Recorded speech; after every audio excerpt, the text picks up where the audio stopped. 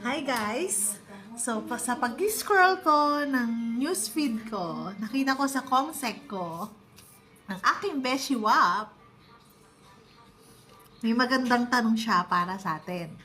So, paano nga ba namin binabati ang mga kaaway namin? In Thailand language. So guys, sawadi kun kwai. Ganon. Kwai is buffalo in Thailand, which is not a good word for them. So, pag tinawag kang kwai, yan, buffalo. So, parang magkaaway kayo. So, sawadi kun kwai.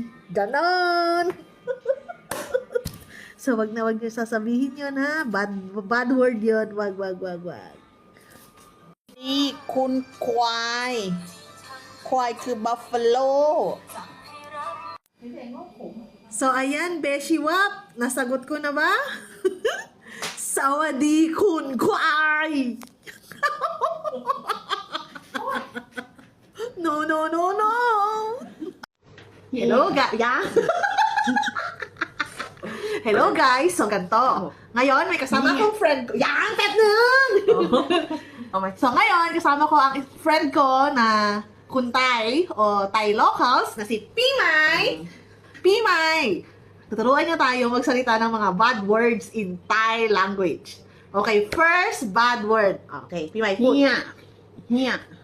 So, hiya means same isat o pasat. It's a bad word also. So, hiya, same.